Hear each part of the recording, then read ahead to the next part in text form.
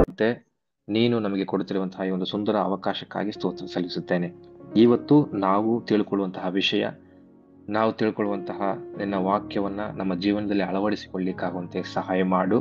ಎಲ್ಲಾ ವಿಷಯದಲ್ಲಿ ಕರ್ತನೆ ನಿನ್ನ ನಾಮ ಮಾತ್ರ ಮಹಿಮೆ ಹೊಂದಲಿ. ಯೇಸುವಿನ ಒಂದೇ ನಾಮದಲ್ಲಿ ಪ್ರಾರ್ಥಿಸುತ್ತೇನೆ, ಜೀವವುಳ್ಳ ತಂದೆಯೇ, ಆಮೆನ್.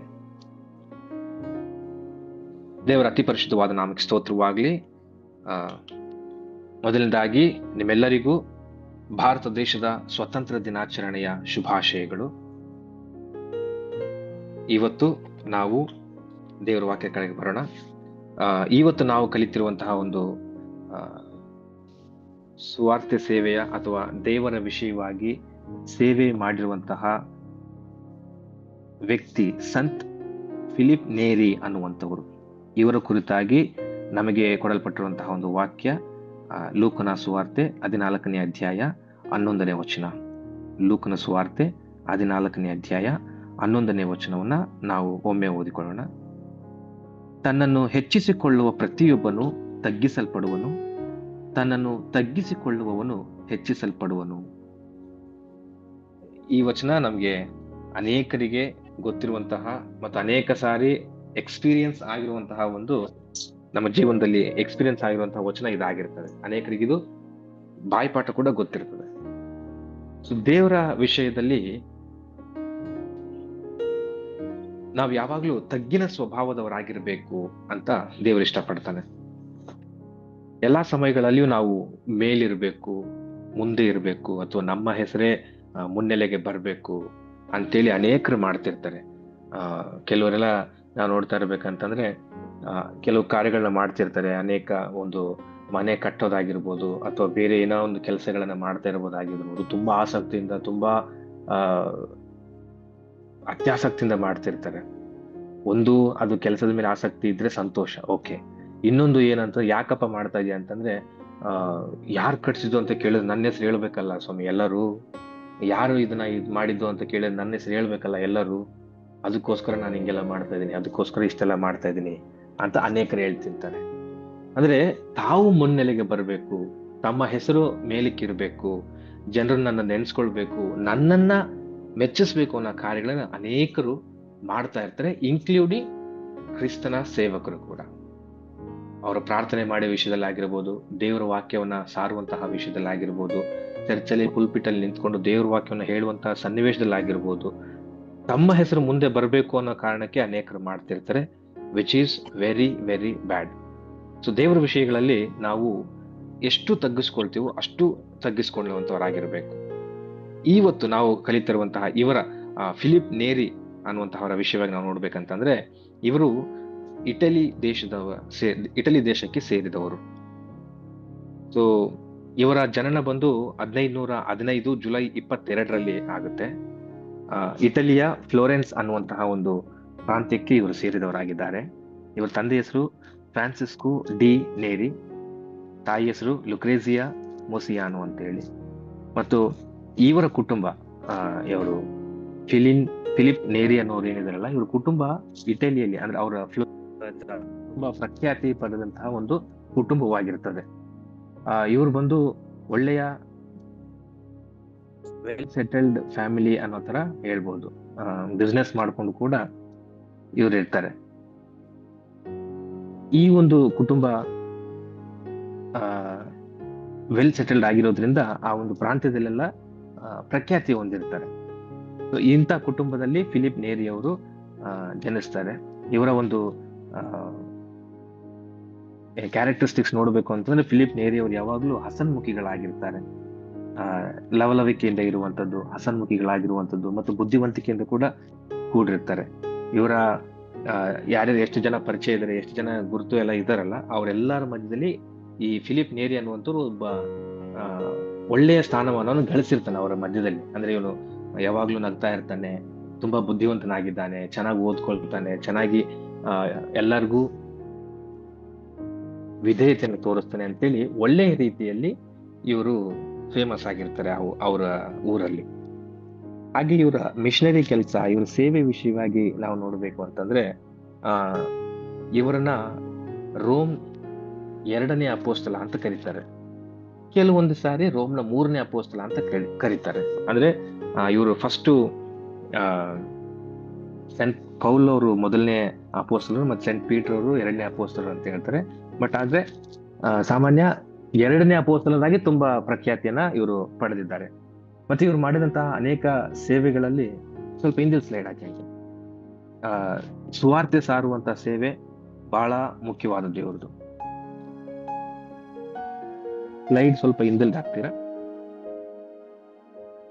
ಓಕೆ, ಮುಂದೆ ಹೋದ್ರಿ. ಹಿಂದೆ, ಇನ್ನು ಹಿಂದೆ.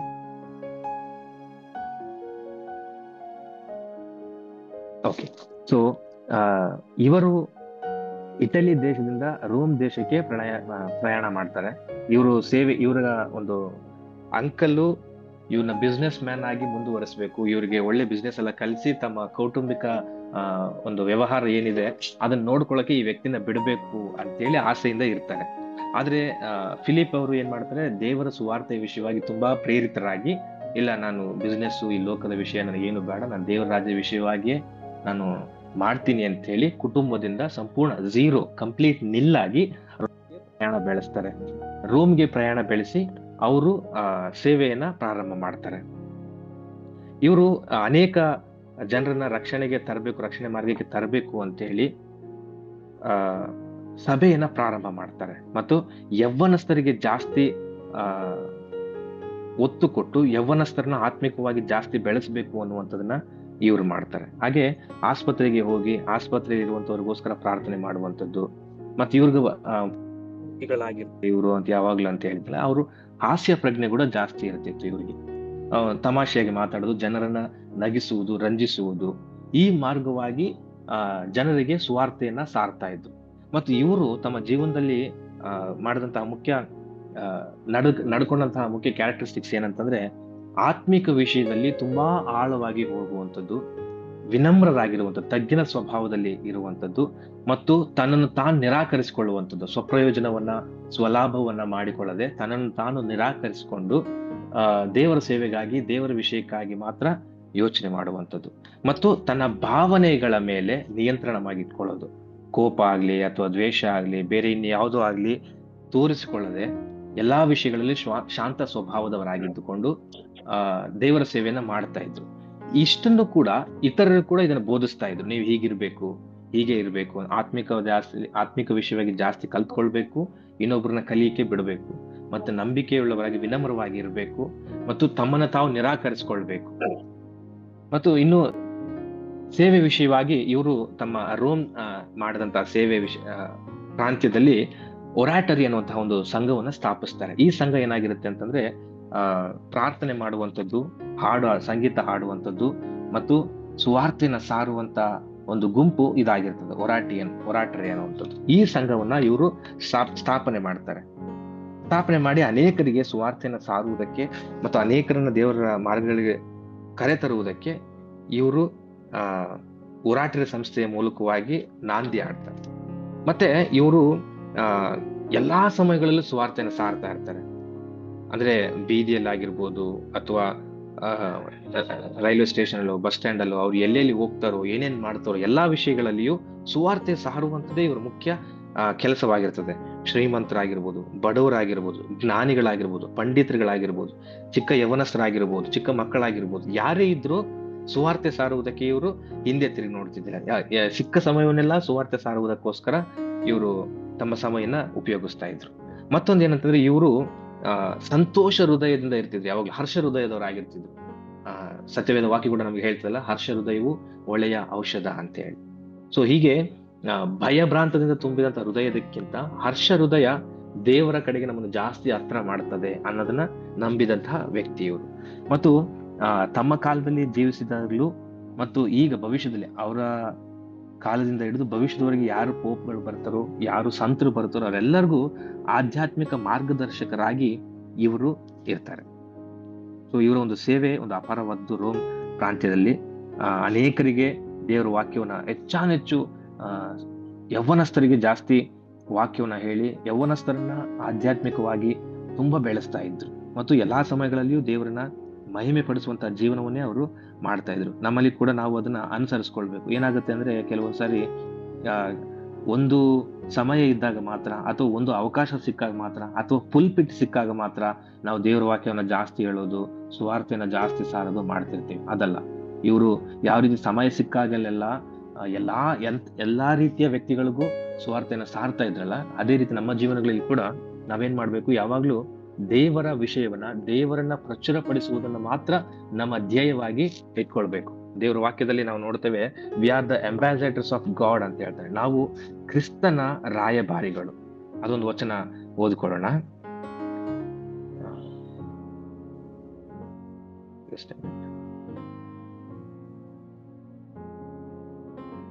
ನಾವು ಎಲ್ಲೆಲ್ಲಿ ಹೋಗ್ತೀವೋ ಅಲ್ಲೆಲ್ಲ ದೇವರ ಸುವಾರ್ತೆನ, ದೇವರ ವಿಷಯವನ್ನ ಸಾರಬೇಕು ಅನ್ನುವಂಥದ್ದು. 2 ಕೊರಿಂಥ 5ನೇ ಅಧ್ಯಾಯ 20ನೇ ವಚನ. 2 ಕೊರಿಂಥ 5ನೇ ಅಧ್ಯಾಯ 20ನೇ ವಚನ ಓದಿಕೊಳ್ಳೋಣ. ಒಬ್ರು ತೆಗೆದಿದ್ರೆ ಓದ್ರಿ. ಓಕೆ, ನಾನೇ ಓದ್ತೀನಿ. 2 ಕೊರಿಂಥ 5:20. ನಾವು ಕ್ರಿಸ್ತನ ರಾಯಭಾರಿಗಳಾಗಿದ್ದೇವೆ. ಅಂದ್ರೆ ದೇವರ ಅಂಬಾಸಡರ್ಸ್ ನಾವು, ದೇವರನ್ನ ಪ್ರಚುರಪಡಿಸುವಂತವ್ರು ನಾವು, ಕ್ರಿಸ್ತೇಸುವನ್ನ ಸಾರುವಂತವ್ರು ನಾವು ಆತನ ಹೇಗೆ ಇದ್ದು, ಆತನ ಹೇಗೆ ಜೀವನ ಮಾಡಿದ್ನೋ, ಆತ ಹೇಗೆ ನಮಗೆ ತಿಳಿಸ್ಕೊಟ್ಟಿದ್ದಾನೆ ಮಾರ್ಗನ, ಅದರಂತೆ ನಾವು ಕೂಡ ಪ್ರಚುರ ಪಡಿಸ್ಬೇಕು ಜನಗಳಿಗೆ. ಎಲ್ಲಾ ವಿಷಯಗಳಲ್ಲಿಯೂ ಯೇಸು ಕ್ರಿಸ್ತನ ಜೀವನವನ್ನು ನೋಡುತ್ತಾರೆ. ಪ್ರಾರ್ಥನೆ ಪ್ರಾರ್ಥನೆ ಪ್ರಾರ್ಥನೆ, ಸೇವೆ ಸೇವೆ ಸೇವೆ, ಇದೇ ಆಗಿತ್ತು. ಬಟ್ ಈಗಿನ ಜೀವನ ಶೈಲಿಯನ್ನು ನೋಡ್ಕೊಂಡ್ರೆ ಬಹಳ ವಿಪರ್ಯಾಸವೇ ಆಗಿದೆ.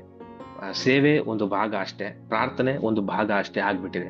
ಆಗ್ಲಾರ್ದೆ ಎಲ್ಲಾ ವಿಷಯಗಳಲ್ಲಿಯೂ ನಾವು ಸೇವೆಯನ್ನ, ಪ್ರಾರ್ಥನೆಯನ್ನ, ದೇವರನ್ನ ಮಹಿಮೆ ಪಡಿಸುವಂತ ವಿಷಯವನ್ನ ಗಮನದಲ್ಲಿ ಇಟ್ಕೊಂಡು ನಾವು ನಡಿಬೇಕು. ಮತ್ತು ಇವರು ಫಿಲಿಪ್ ನೇರಿ ಅವರ ಜೀವನದುದ್ದಕ್ಕೂ ಅನುಸರಿಸಿದಂತಹ ಒಂದೇ ಒಂದು ವಿಷಯ ಏನಂತಂದ್ರೆ ಫಿಲಿಪಿ 4:4, ಯಾವಾಗಲೂ ಕರ್ತನಲ್ಲಿ ಸಂತೋಷಿಸ್ರಿ, ಸಂತೋಷ ಪಡಿರಿ ಎಂದು ತಿರುಗಿ ನಿಮ್ಗೆ ಹೇಳ್ತೇನೆ ಅನ್ನುವಂಥದ್ದು. ತಮ್ಮ ಜೀವನದುದ್ದಕ್ಕೂ ಈ ವಾಕ್ಯವನ್ನ ತುಂಬಾ ಪ್ರಾಂಪ್ಟ್ ಆಗಿ ಅನುಸರಿಸಿದಂತಹ ವ್ಯಕ್ತಿ ಫಿಲಿಪ್ ನೇರಿ ಅವರಾಗಿರ್ತಾರೆ. ಮಾತ್ರವಲ್ಲದೆ ಈ ಮೂಲಕವಾಗಿ ನಿಜವಾದ ಸಂತೋಷ ಸಿಗುವ ಯೇಸು ಕ್ರಿಸ್ತನ ಕಡೆಗೆ ಅನೇಕರನ್ನು ಕರೆತಗೊಂಡ್ಬರ್ತಾರೆ. ಕೆಲವರು ಮುಖಗಳು ನೋಡೋಕೆ ಆಗಲ್ಲ ನಮ್ಗೆ, ಯಾವಾಗ್ಲೂ ಹೆಂಗ್ ಮುಖ ಗಂಟು ಮಾಡಿಟ್ಕೊಳ್ಳೋದು ಎಲ್ಲಾ ಸಂದರ್ಭಗಳಲ್ಲಿ. ಹಂಗ್ಯಾಕಪ್ಪ, ಈಗ ನನ್ ಮುಖ ಇರೋದೇ ಹೀಗೆ, ಸ್ವಲ್ಪ ಹಸನ್ಮುಖಿಗಳಾಗಿರಲ್ಲ, ಮುಖ ಒಂಥರ ಗಂಟು ಮಾಡಿಟ್ಕೊಳ್ಳೋದು. ಇದರಿಂದ ಏನಾಗುತ್ತೆ, ಕೆಲವರಿಗೆ ಹತ್ರ ಬರೋಕ್ಕೂ ಬೇಜಾರಾಗ್ಬಿಡುತ್ತೆ. ಆ ವ್ಯಕ್ತಿ ಹತ್ರ ಯಾಕೆ ಹೋಗ್ತಿ ಬಿಡಪ್ಪ, ಯಾವಾಗ್ಲೂ ಗಂಟು ಮುಖದವನು ಅನ್ನೋ ತರ ಇರ್ತಾರೆ. ಹಾಗಿರ್ಲಿ ಸ್ವಲ್ಪ ನಗು ಮುಖದಿಂದ ಇತರನ್ನ ಸಂಧಿಸುವಾಗ, ಯಾವುದೇ ವಿಷಯವಾಗಲಿ, ಅವ್ರನ್ನ ವಿಶ್ ಮಾಡುವಾಗ, ಸೇವೆ ಮಾಡುವಾಗ, ವಾಕ್ಯ ಹೇಳುವಾಗ, ಪ್ರಾರ್ಥನೆ ಮಾಡುವಾಗ, ಇನ್ನೊಬ್ಬ ವ್ಯಕ್ತಿನ ಸಂಧಿಸುವಾಗ ಒಂದು ಸ್ವಲ್ಪ ಹಸನ್ಮುಖಿಗಳಾಗಿ ನಗುಮುಖದಿಂದ ಸಂಧಿಸಿದ್ರೆ ಎಷ್ಟು ಚೆನ್ನಾಗಿರುತ್ತೆ. ಎದುರಿಗಿರುವಂತ ವ್ಯಕ್ತಿ ಕೂಡ ಅಷ್ಟೇ ಸಂತೋಷವಾಗಿ ಸ್ವೀಕರಿಸ್ತಾನೆ. ನಾವು ಇನ್ನೊಂದ್ಸರಿ ಆ ವ್ಯಕ್ತಿ ಮುಂದೆ ಬಂದ್ರೆ ಆ ಫೀಲ್ ಕೂಡ ಅದಕ್ಕೆ ಬರುತ್ತೆ, ಇವ್ರು ತುಂಬಾ ಚೆನ್ನಾಗಿ ಮಾತಾಡಿಸ್ತಾರೆ, ಇವ್ರ ಹತ್ರ ಹೋಗ್ಬೋದು ಅನ್ನೋ.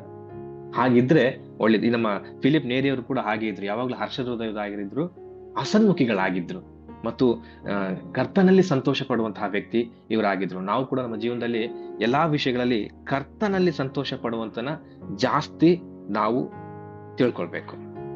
ಸೊ ಇವರ ಜೀವನದ ವಿಷಯವಾಗಿ ನಾವು ಕಲಿಯುವಂತ 3 ಮುಖ್ಯ ಪಾಠಗಳನ್ನ ಗುಣಾಂಕಲ್ ಅವರು ನಮ್ಗೆ ಹೇಳ್ತಾರೆ. ಏನಂತಂದ್ರೆ, ನಮ್ಮ ನಂಬಿಕೆಯ ಮೂಲಕ ನಾವು ಸಂತೋಷವನ್ನ ಹೊರಹೊಮ್ಮಿಸ್ಬೇಕು.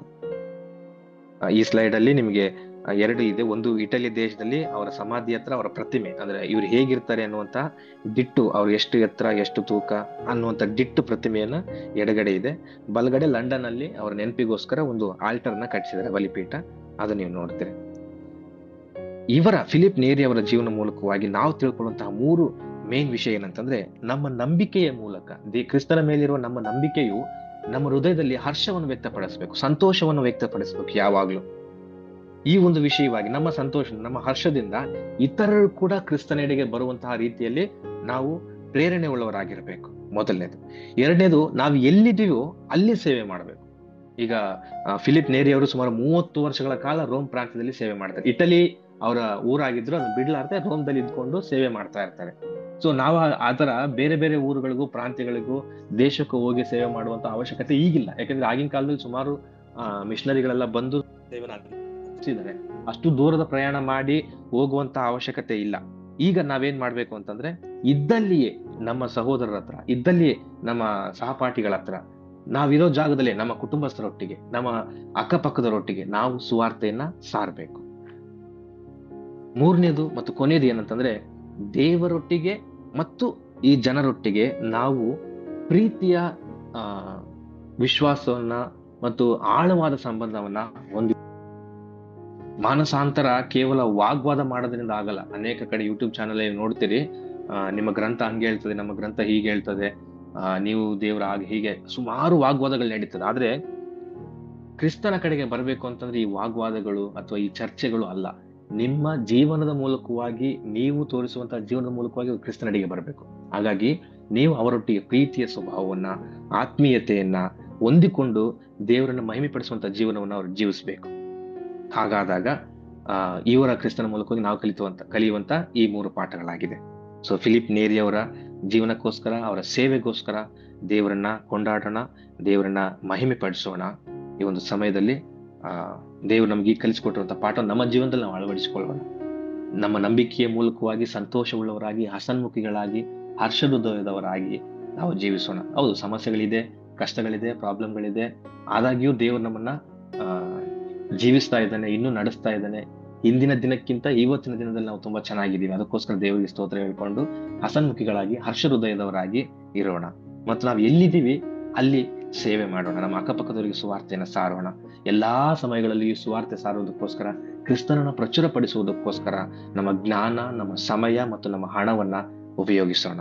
ಮತ್ತು ದೇವರೊಟ್ಟಿಗೆ, ಸುತ್ತಮುತ್ತಲ ಅವರೊಟ್ಟಿಗೆಲ್ಲ ನಾವು ಪ್ರೀತಿ ಅನ್ಯೋನ್ಯತೆಯನ್ನ ಇಟ್ಕೊಳ್ಳೋಣ.